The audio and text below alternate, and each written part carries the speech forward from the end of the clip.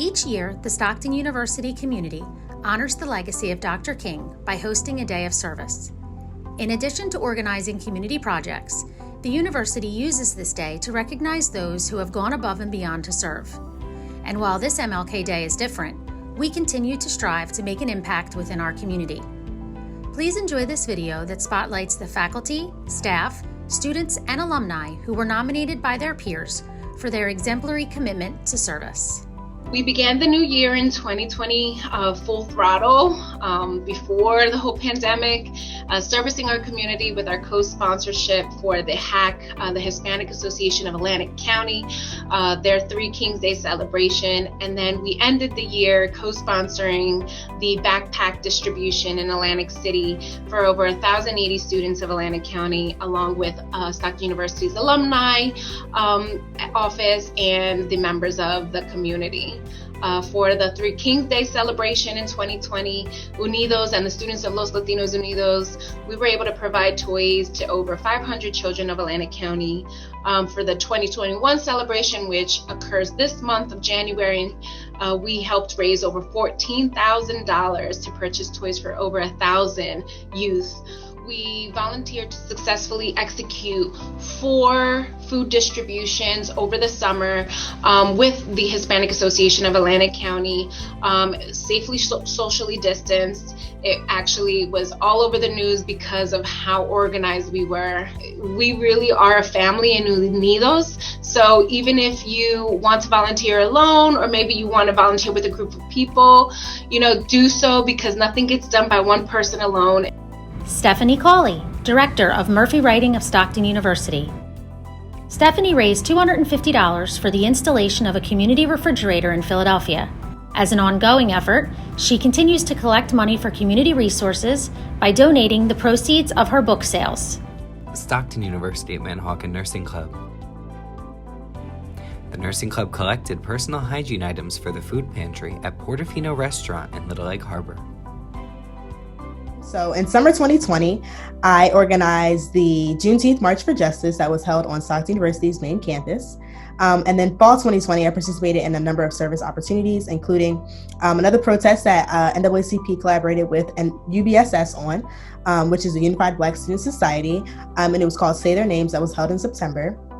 We also participated in a Black Mental Health Matters panel in collaboration with the Active Minds and Suicide Prevention team at Stockton. And then we also held a program titled Stay Woke and Vote, where we had guest speaker Tiffany D. Lofton join us, and she helped to get student voters mobilized to vote in the upcoming election.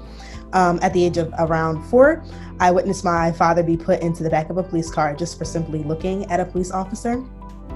So that, and then stemming from that, where we hear issues of police brutality from victims such as Tamir Rice, victims such as Trayvon Martin, all the way up to Sandra Bland, all the way up to Rodney King. And then in today's present sense with George Floyd, Breonna Taylor, Ahmaud Arbery, Jacob Blake, Rashad Brooks. All of these incidents have continued to add to the reason why I continue to act and continue to speak out for Black lives. I never organized a march before, so everything was all new to me. I made sure there were masks available, I made sure there was hand sanitizer available, and I made sure that we were in a space where people had the ability to social distance from each other. Since the Juneteenth March for Justice, I have seen a number of things start to change with Stockton's entire stance on racial justice and social justice. A number of programs have happened this semester alone that have shown that Stockton is valuing the importance of social justice and valuing the need for other students to be educated about issues of social justice. Stockton's Pre-Medical Club and Stockton Center for Community Engagement and Service Learning students. Students in Stockton's Pre-Medical Club offer tutoring for youth in the spring. Students Paige Richards, Ariana Ramirez, Maria Castaneda, and Harry Acaria offer tutoring in the fall. They continue to offer tutoring for 8 regular students at the Pleasantville Library. I have a nonprofit called the Step Back Foundation, where we provide athletic equipment for local student athletes in Wildwood, New Jersey, who don't have the means to do so. The goal is to never have kids miss out on opportunities or experiences just because they don't have the means to do so. We recently during like the springtime, decided to expand into providing more necessity things.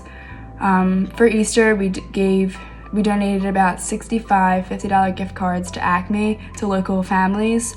So instead of just Wildwood families, we now have Middle Township, Lower Township, and anywhere within Cape May County. We want to make sure we're helping with necessities first. So that's grocery shopping. For Christmas, we're doing a lot of toys, blankets, hats, and gloves, things like that, so we can ensure people, have their necessities down. Seeing people's reactions and people understanding that they're important and worthy and making people feel special is definitely the best reward.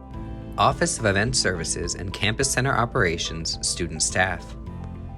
13 student employees penned over 100 Letter to Santa responses for the Hamilton Fire Department.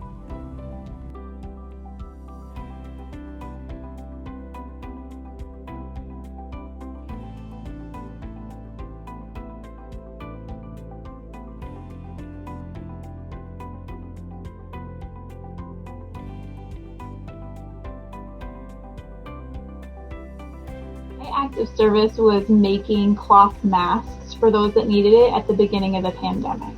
When the research started coming out that cloth masks were a great way to stay protected at the beginning of the pandemic and even now, I started doing some research on what that looks like, which kind of fabrics, all the different components to it.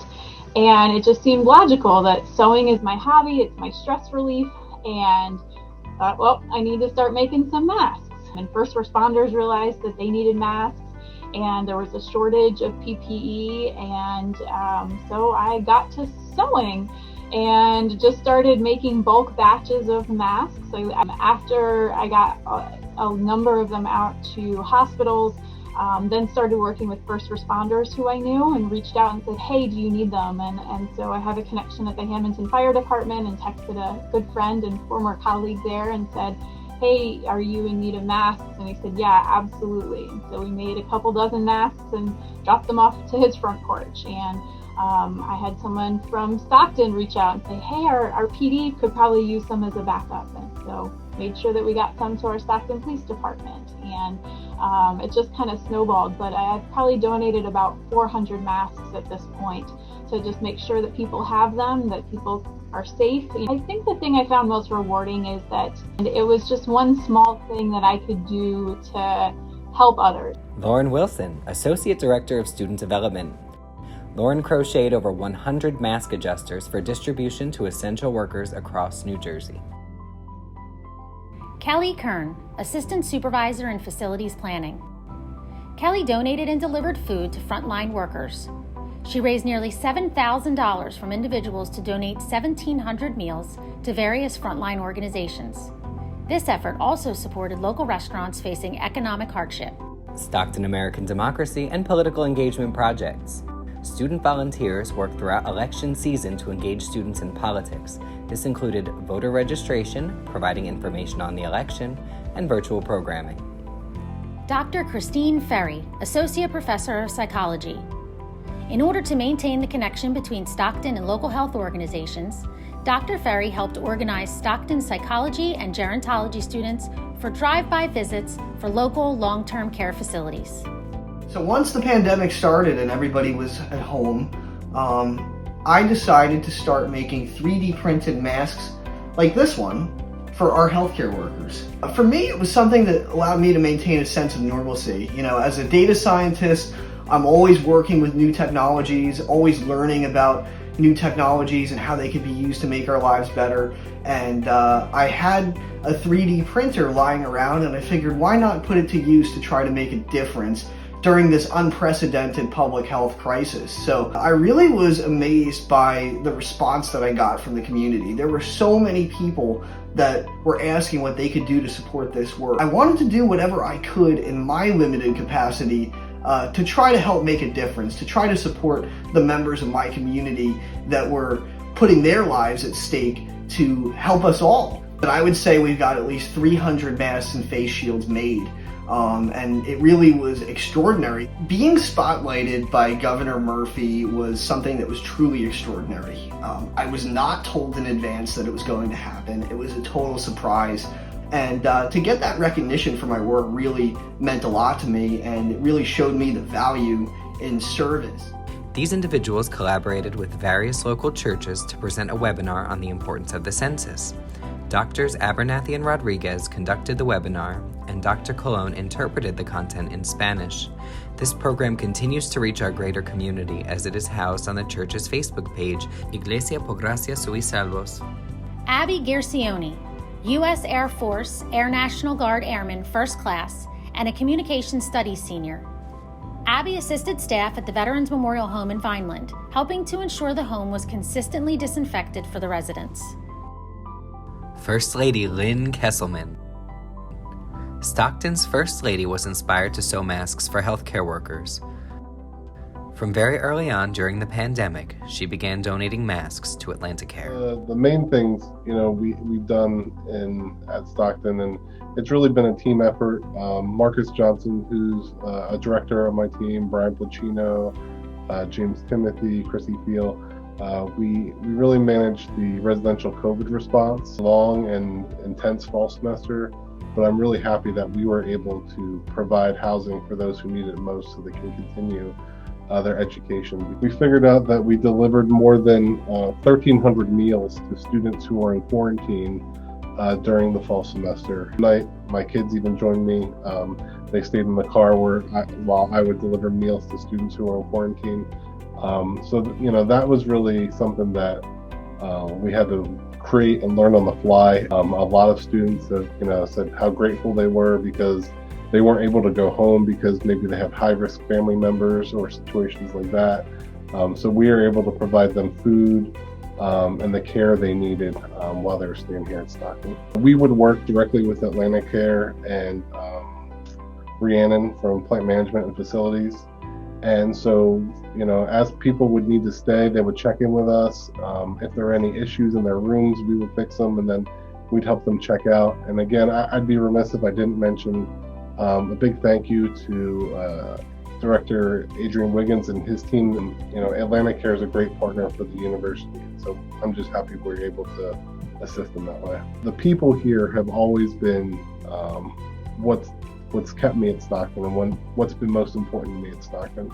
And so I think my most rewarding experience has been getting to work with those people more and being able to help the students. Christy Rothermel, Facility Coordinator, Campus Center Programs. With Grad Send-Off Week being canceled, Christy personally drove to the homes of 60 graduates in the tri-state area to deliver their send-off swag. The food pantry initially started as a mobile food bank run in conjunction with the Community Food Bank of New Jersey. That started in fall of 2016. We noticed a lot of students weren't taking advantage of the pantry. So we put our heads together and we decided to carve out a space in our office suite for the food pantry. So that was moved over in spring of 2017. And the pantry in Atlantic City was opened in fall of 2019. The application is available on our Dean of Students webpage. Once COVID hit, we realized that we needed to come up with a plan to keep the food pantry stocked. A lot of our suppliers were no longer offering items because they didn't have them, or were not offering them at the quantities that we needed for our students. So Monica and I put our heads together and we came up with the idea that we were going to go out and food shop. So in between our normal jobs, our kids' virtual learning, we would meet up and we would grocery shop and try to get as many items as we could to keep the pantry filled. It was pretty amazing. We were able to keep boxes of prepackaged food around the campus so that students could get to it when we weren't in the office. And also we would actually mail boxes of food to students who had gone home but were still facing, food insecurity. And then there were times that students would email us and ask, hey, can you get these items and could you leave them at my dorm for us? And so of course, whatever it takes to make sure our students were getting what they needed. One of the greatest things that I think came from this was that we had put out a call to the faculty staff for help for getting food donations. And the way the university responded is like it was tremendous. Like, it was amazing. The amount of food that came in through Amazon wish list, or we had a one-day drop off where faculty staff were coming up with these huge amounts of food. It really helped to sustain the pantry well into the fall semester. Just really reminds me how like proud I am to work at Stockton and how we're such a community here.